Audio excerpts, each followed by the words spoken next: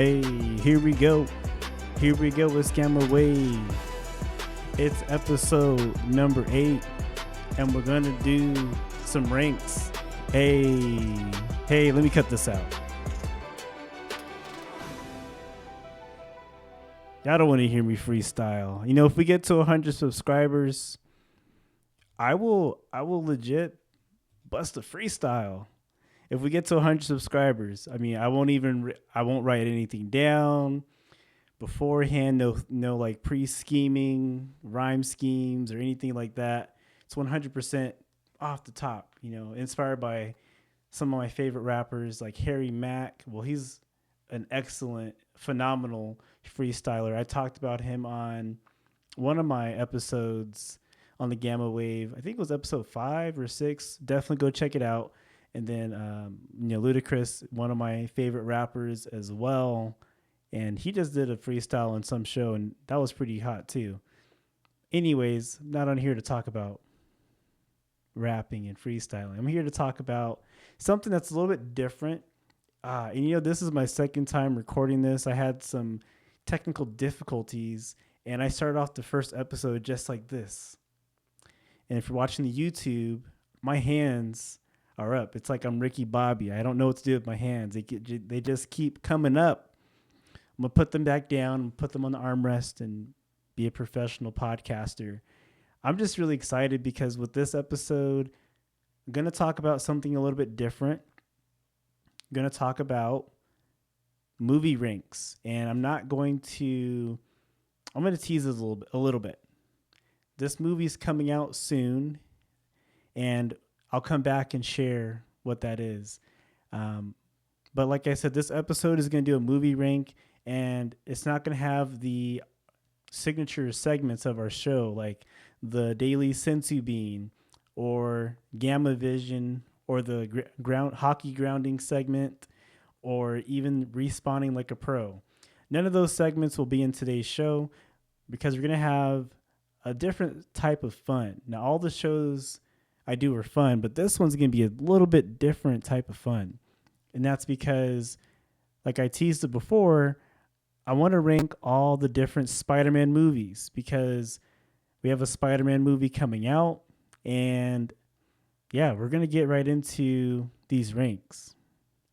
So before I go into these ranks, I just want to say I'm ready for the comment section to just come after me. I'm ready for you guys. I know we're all family at the end of the day, but I'm ready to defend my ranks, and I hope you are too. We're going to have a good time, and we're going to do a little bit differently. This is my show. I get to set the rules. So rule number 1 is the intro movies are going to be ranked separately from the remaining sequels of the first trilogy of the different movies that are out there for the Spider-Mans. I feel like all the intros are kind of more or less, they're going to have a certain pattern to them. And so I didn't think it was fair to rank them all in the main rankings, if that makes sense. So, and then from there, we're going to definitely get into like the main rankings for the rest of the sequels. So I'm looking forward to that. So be sure to stick around to the end for the rankings. Also, be sure to stick around to the end because I want to talk a little bit about fitness, seeing as how we're talking about heroes and it's very physical. Like all the heroes, the superheroes rather, they are very physical with what they're doing. They're climbing, they're scaling walls, they're sprinting, jumping, acrobatic feats, all this that we see in the film and the live production of these movies. So since we're talking about something physical, I figure we talk about some fitness advice at the end. So stick around for that. Okay, getting to these ranks. So our candidates would include the Tobey Maguire Spider-Mans, the Tom Holland Spider-Mans, the Andrew Garfield Spider-Mans, and of course, the Miles Morales Spider-Mans. So starting with the intro movies first and going in reverse order from number 4 to number 1. Coming in at number 4. I wish I had a drop for that, like number 4. Like I change my voice. I'm gonna do that. Number 4. Oh, that's gonna be the drop. Number 4 will be the Amazing Spider-Man, Andrew Garfield Spider-Man. To me, again, all the Spider-Mans are enjoyable. I do feel that the other ones just bring it a little bit more as far as the villain and kind of like the setup, different things like that. I still love to watch that movie. One of my favorites still. All the Spider-Mans all hold a special place, but I just like some others a little bit better. And it was really close. And speaking of it being super close, this number 3 is bound to shake up the comment section. So coming in at number 3, again, just for the intro movies for Spider-Man, I'm putting the Tom Holland Homecoming Spider-Man at number 3. I can hear the boos right now. I can hear the boos just like, boo, what are you thinking? How could you put that one at number 3? It's very close. Again, I feel like the formula for the Spider-Man movies, there's a certain formula there. If you've watched them, you know what I'm talking about. And I feel like the Homecoming, definitely a different route. I still liked it. It's just the launching of that Spider-Man was grand. It's like we didn't get to see the come up part. We just got to see kind of like the glory, the introduction with like Captain America and Iron Man and, you know, all these different things. And that's not a knock. That's really cool. Like I was very hyped to see that version of Spider-Man with all those other characters. It's just when it came to the Homecoming, I was like, you know, I think I liked some of the other ones a lot more than those. And again, it's pretty close, but I give the Tom Holland Homecoming number 3. Number 3. Also, I know you guys see the Master Chief head cut out right there.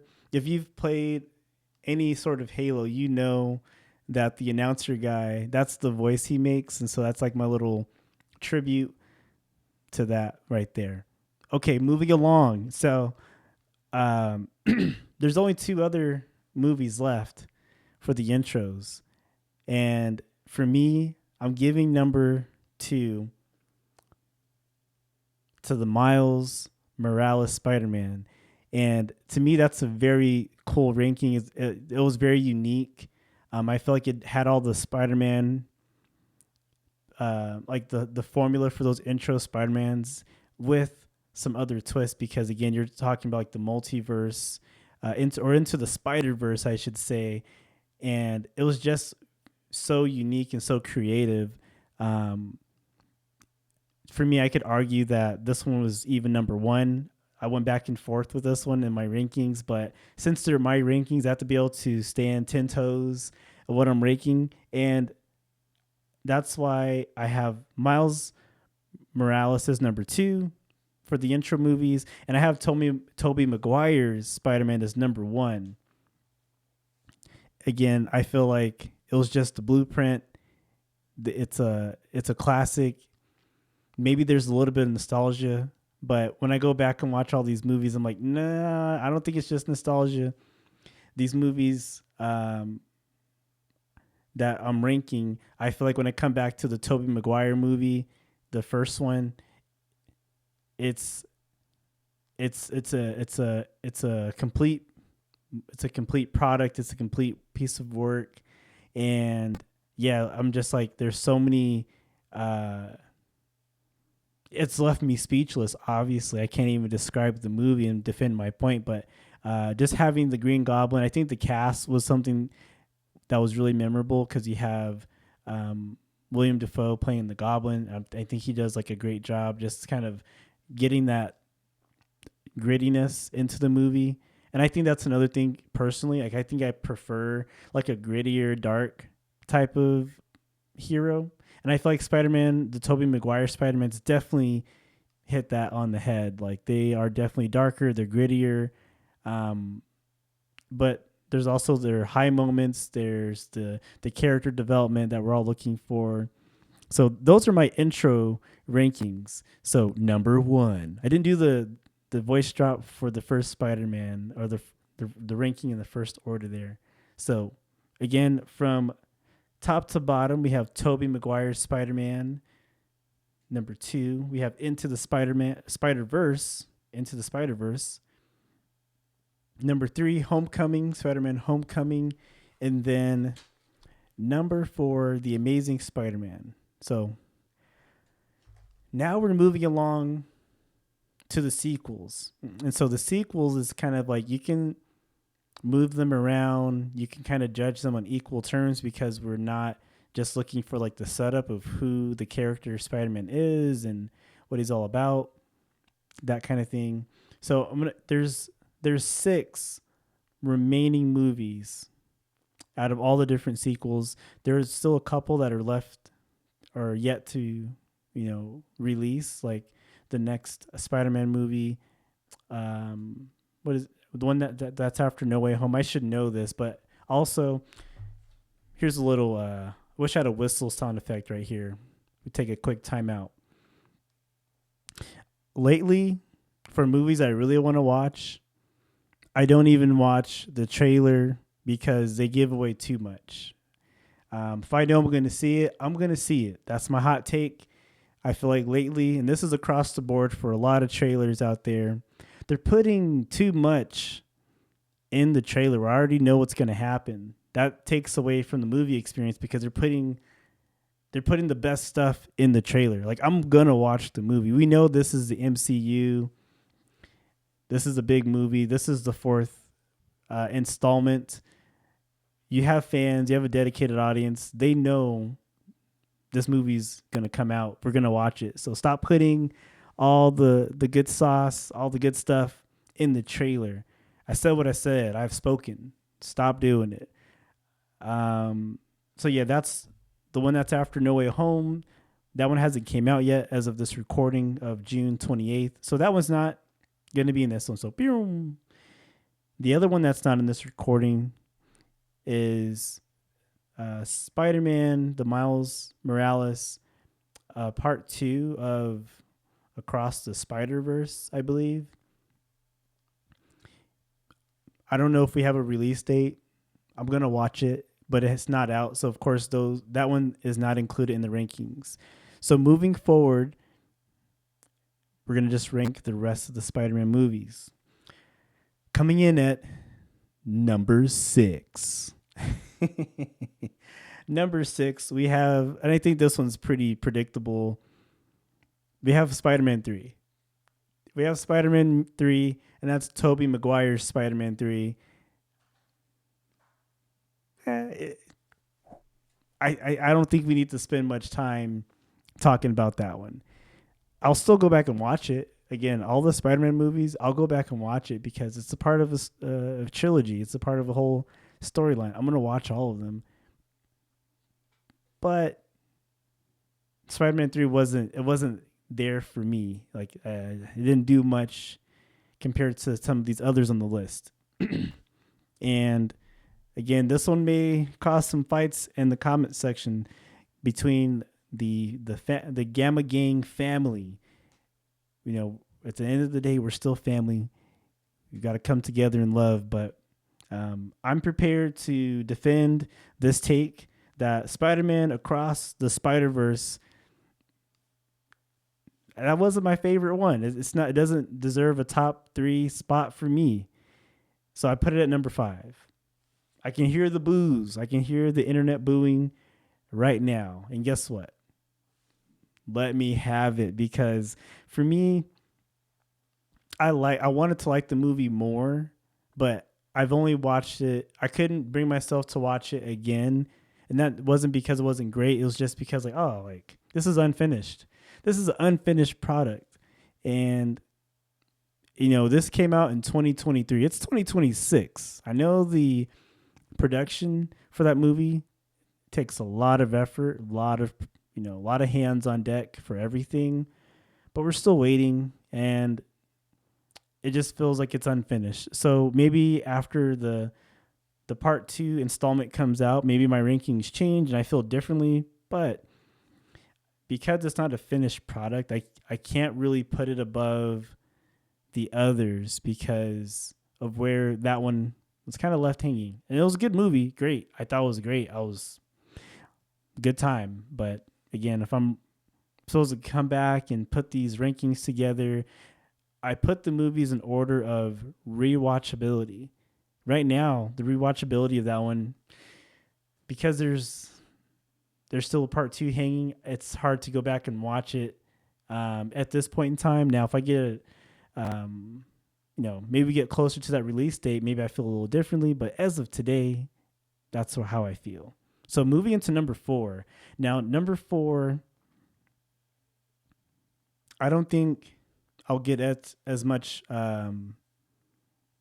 feedback about this one. But for me, I put The Amazing Spider-Man number 2. To me, that is a really fun movie because we have Jamie Foxx as Electro. I think that he goes by Electro, not Shocker.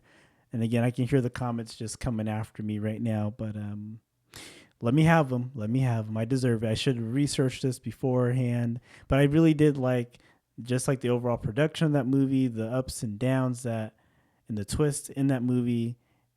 Also, I just like how in general that Spider-Man, he'll have to face multiple villains at the same time, and that's kind of like a ooh yes, like sign me up for more kind of thing. And that leads me into my next one, which is Spider-Man Far From Home. No. I'm jumping the gun. It's not really a good segue, but it does come up later in the rankings. But Spider-Man Far From Home is going to be my number 3. Number 3. I haven't been doing that, the voice drops, but let me get back to doing those voice drops there. But yeah, Spider-Man Far From Home.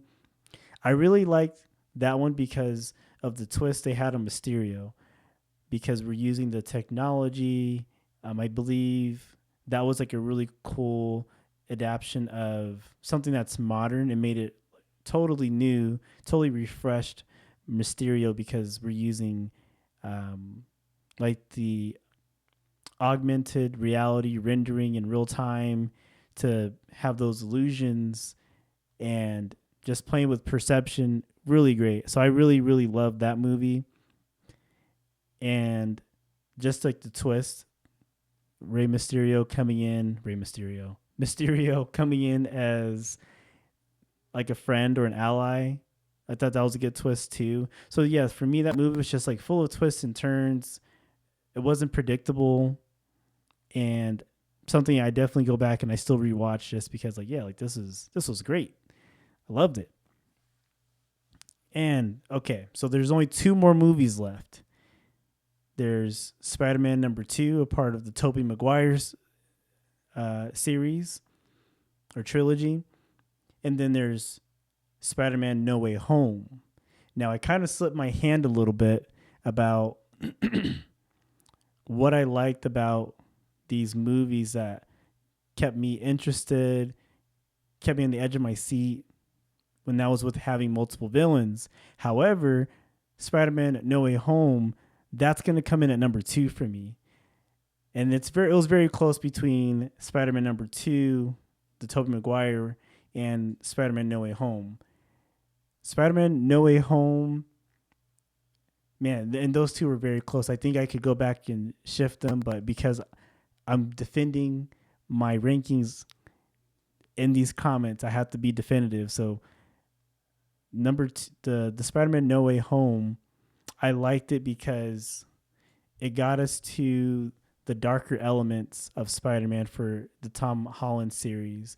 We finally got some of those darker moments that for the most part in the other movies, we didn't get a lot of like those darker elements, those darker situations or themes. It was kind of like on the lighthearted, like romantic versus platonic versus, typical teen stuff, which I feel like okay, like that's understandable. But at the end, we start to get those like okay, like testing your character, not just testing your might. Like those were the things that came out, and having to have a resolve. And so those are things that part of the typical hero's journey. I enjoyed about that movie. Plus, again, my favorite thing was having all the different Spider-Man villains across the Spider-Verse. Had to plug that back in with the Tom Holland Spider-Man. We had Electro. I hope I'm saying his name right, or Shocker, played by Jamie Foxx. We had Doc Ock. We had Goblin. We had Sandman. We had I forget the lizard, the doctor. I think did they call him an Osborn too? I can't remember. See, I'm messing this all up. Come for me in the comments. Come for me, and I deserve it. But I love that there's all those different villains, and at the very end, it's like the Goblin was the wild card. He was the Joker at the end, where he just kind of went Rambo at the end, like crazy. I loved all of that, the chaos. So that movie ranks very high for me. And then number one, Spider-Man number 2. That one to me is just chef's kiss. It's the best, and I really feel that until these other Spider-Man movies come out and I see what they're all about, that Spider-Man movie, I mean, it's going to be hard to even hold water to it to me, because you have Otto Octavius, you have the Green Goblin in that one as well, I believe. Yeah, it was just like so much. Then you have the Spidey, losing the Spidey senses. Like that's a formula thing where all the Spider-Mans go through. It's like you kind of just lose your Spidey abilities and your Spidey sense, that kind of thing, and then you kind of grab it back. So, and the other thing I appreciated about that movie was a lot of like the cinematography, some of the shots, the transitions, a lot of those things were, to me, are still peak. So from just like a movie enjoyer perspective, I really, really enjoyed all of that. So those are my remaining rankings for the Spider-Man movies. Going from 1 to 6, we have Spider-Man number 2, No Way Home, Far From Home, The Amazing Spider-Man 2, Across the Spider-Verse, and Spider-Man 3. And just to recap for the intro Spider-Man movies from 1 to 4, we had the original Spider-Man, the Tobey Maguire. We had Into the Spider-Verse, the Miles Morales, Into the Spider-Verse. Then we had Homecoming, that's Tom Holland's. And then we had The Amazing Spider-Man, the Andrew Garfield version. So those are all my rankings. Let me know in the comments. If you watch this video any length of time, especially if you made it to the end, if you made it this far, I need to know your rankings. You got to do 2 parts. First, you got to do the intros. Then you got to rank the remaining 6 that are out there. Rank them, and come for me in the comments, of course, with the things that I may have inaccurately described, represented. Hey, sorry. I'll be more prepared next time. So that's going to wrap up the rankings. And then at the very end, I want to give you some fitness encouragement, because again, we're talking about the superheroes. We're talking about superheroes that possess a very high level of like physicality, just in their abilities, as for their superhero powers.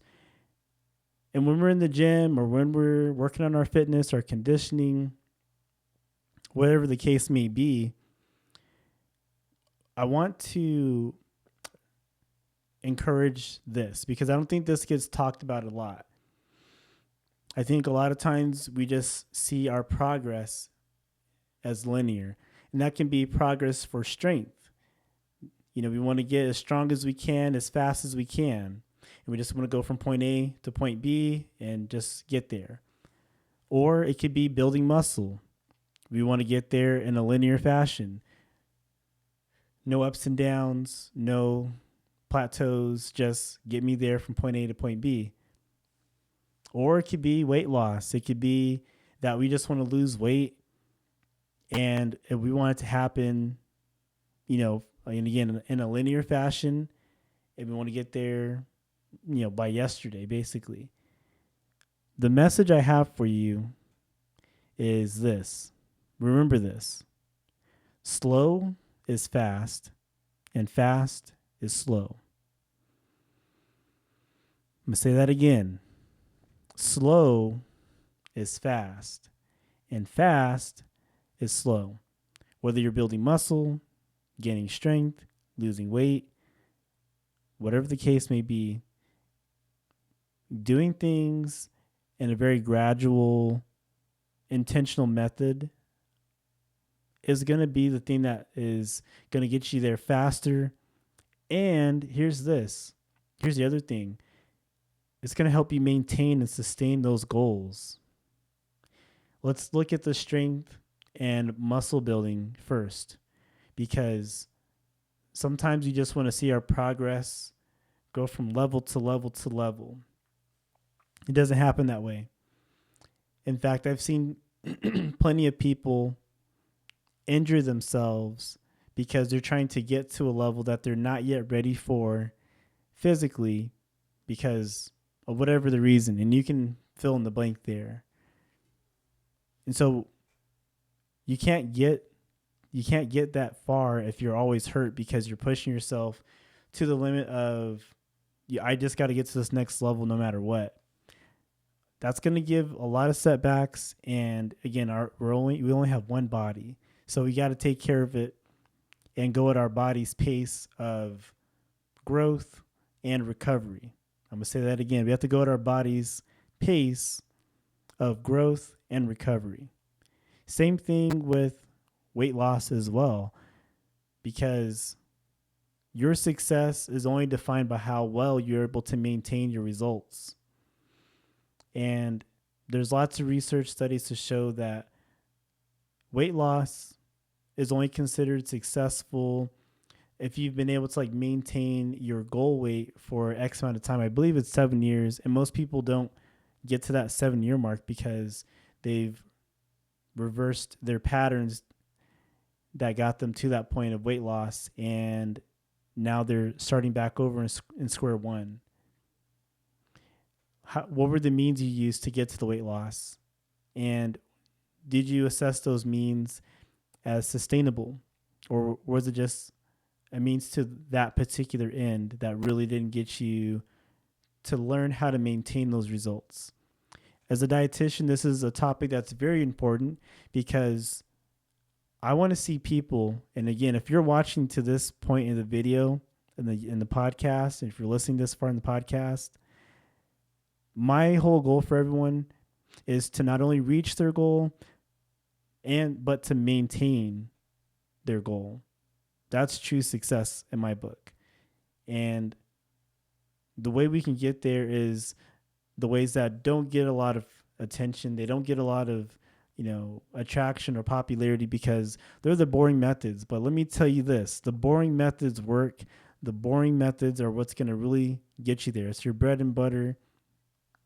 It's your foundation. It's your meat and potatoes, whatever you want to call it. That the boring stuff is what helps you get to success. So remember that. As we're talking about the fitness and that's really the main goal of this part of the conversation, is really just giving that mindset of how to get to your goals in an efficient way, because your body can only grow so much and grow so much at a certain period of time. So give yourself time. If you notice that, hey, I'm kind of plateauing here and I can't push it, well, stay at that plateau and work out within that, because maybe your body is just needing a little bit more time to structurally be able to handle this, or from a central nervous system perspective, or from a muscular perspective. There's a lot of things going on that, your body may need time to adjust to. It could also be, how you're recovering. There's a lot of things. So as you're able to assess, you want to be able to go forward in a meaningful way. So All right. That is Gamma Wave episode 8 in the books. Very excited to bring this to you. And also, I'm not sure if you noticed, I picked up this number. Watch this.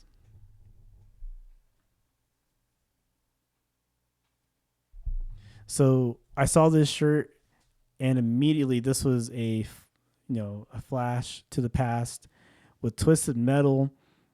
I don't know if you guys remember that game back in the day. That was a PlayStation game. Very, very fun. But yeah, rocking that shirt today because, again, we're all about all the areas of Gamma Wave, not just the movies, but the gaming too, the anime, the music, the arts.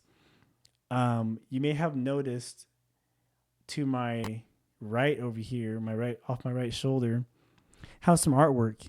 And this was a piece of art that I was able to get from an artist here in Tucson. Her name's Elena, and she has this dope superhero called Himiko. And I saw it and I was like, oh man, like this kicks butt. Like I definitely need this. So eventually I'm gonna get a frame and I'm gonna get it framed up in my studio here. And hopefully I'm gonna put some wishes out there as we wrap up and close. My wish is that for my next guest, that we can get Elena on my podcast. And I'm going to put this one out there too. I want to put this out there for After 30. You may have known him from his shop in New Orleans. He has an anime shop. Very cool guy. Spoke with him, had a very cool conversation. And not just any conversation that's like, oh, I like this. And you can tell he's such a creative guy, got a story to tell as well. And that's all I'm going to leave it to because I don't want to spoil it. But hopefully I can get two of these guys on the podcast and interview them for some of our next podcasts. We're closing in on episode number 10. So, man, so much fun. Hope you guys enjoyed this episode. Please like, please share, and most of all, please subscribe. We're almost to 100 subscribers. My goal is to get to 100 subscribers in the next couple of months here. So let's push this out and get those subscriber count up. All right, guys, let us bring this show to a close. And let me get this music going. If I remember how to do that. See, it's been a while. There we go. This is the G.A.M.M.A podcast. This is your host, Caleb Wilson. And until the next time, hope you guys take care.